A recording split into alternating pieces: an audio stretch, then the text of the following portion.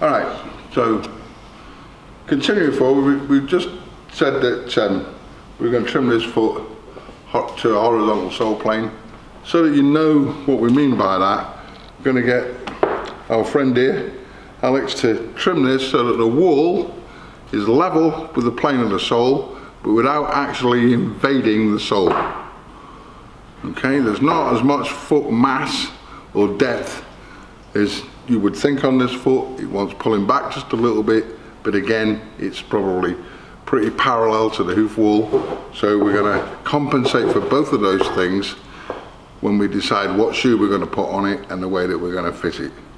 So we're going to be quite conservative with the trim and do the remedial actions or remediate the conditions with shoe selection and shoe placement. You want to go ahead and trim that for me, Alex, please? Okay. Now again here, before you dive under there, because that's just about what you're about to do, assess it for its plane. Okay, so put your arm, put this arm round there. No, get a hold of it there. Yeah, now you're already, this is also really important. This has to be totally relaxed and underneath his elbow. You should not see this. If I put that up there, get you to stand up into the horse.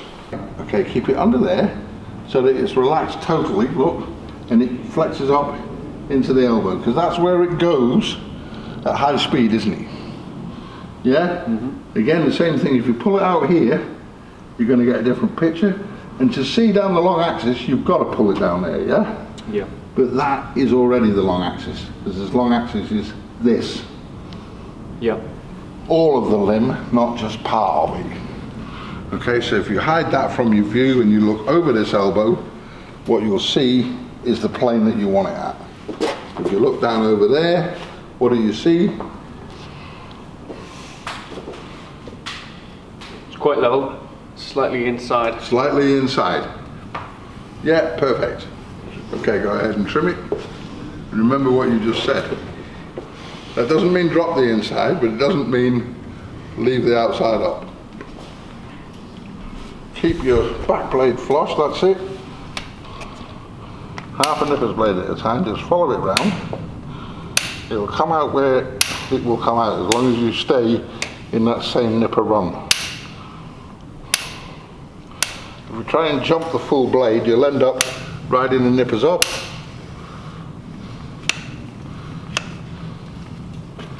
Okay, yeah, now start again in the same place. And before you go any further, I guarantee you that this will probably come out about there.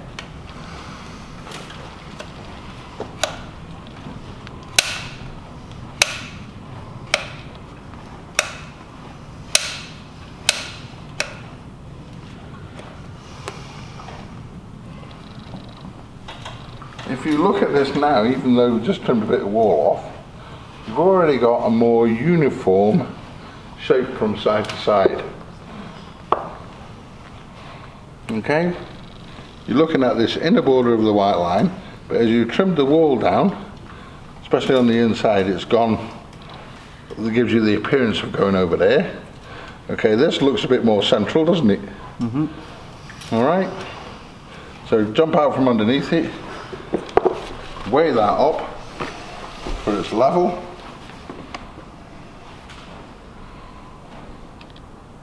Okay, yep. Level? Yep. Alright, so just rasp it flat, and when you've done that, see this little bit of horn that's just folding over here? Clean that out. Just ease that folded over edge back to where my thumbnail is, so that it's on solid wall. Okay. Okay, we've already taken an impression of the outer coronary band. So what I want to do now, just to give you a bit of a guideline, if I put this back on there, that's roughly the shape of our white line. I'm going to come forward a little bit, and I just want you to back the wall off.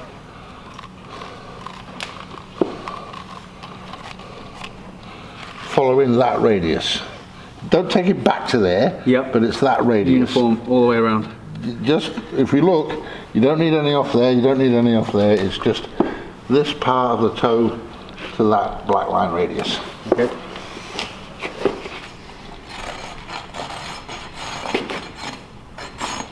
Concentrate on the shape rather than being up the wall, yeah?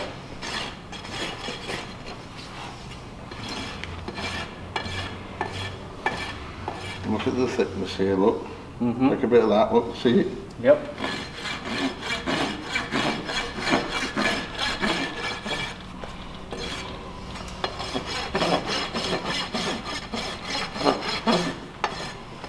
Okay? Alright, put that down. And if you take it up on the stand now and top dress that to where you backed it off to, to that shape, you want to put that line around about a third of the way from the bottom. Lift it up. That's it, where it meets the flare, just pop that in there. And what you're doing here is you're reaffirming the 3 axes of the trim. So you're making sure that what you do with the top dress matches what you saw when you were looking under the solar view. Okay, so you're matching everything up rather than just rasping wall off. Okay, it's a 3-dimensional kind of trim factor. Alright, trim away. Don't come any higher than that line.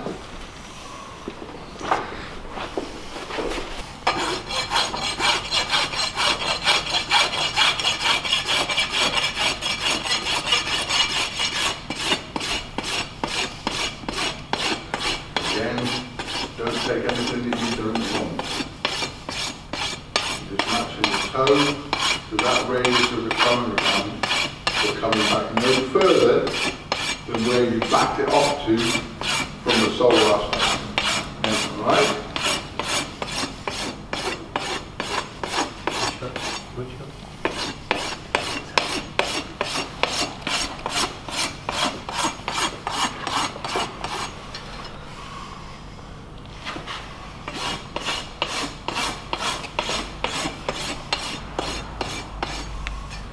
Look, there's your line, look, there's your radius. Come round it, look, take that point out.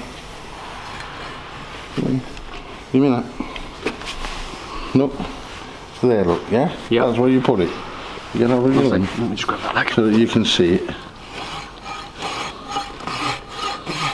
That's the radius that you put in.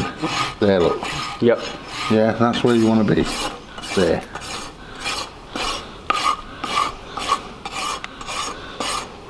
Because there's your middle. Yep. About there. Yeah? Matching what was underneath it. Okay. Yeah? Whenever you're happy.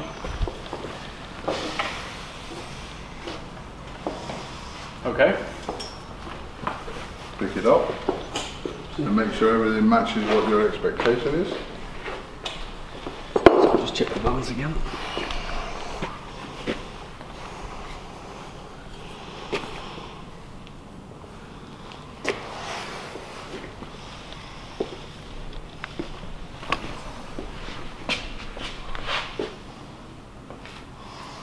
Okay. Okay, now then. If you look from the, if you come to the side and take a lateral kind of scan of this limb and this hoof pattern axis, we haven't done an awful lot to it trim wise, but because we've taken away some of that resistance from the toe, it's stood a bit squarer, pattern's dropped back a little bit. It actually looks like we've done an awful lot more than we've actually done. Okay, but we still need to account for the 4th dimension of this process, which is time, because over the next 5 weeks or so, that hoof wall will have migrated back to its original position.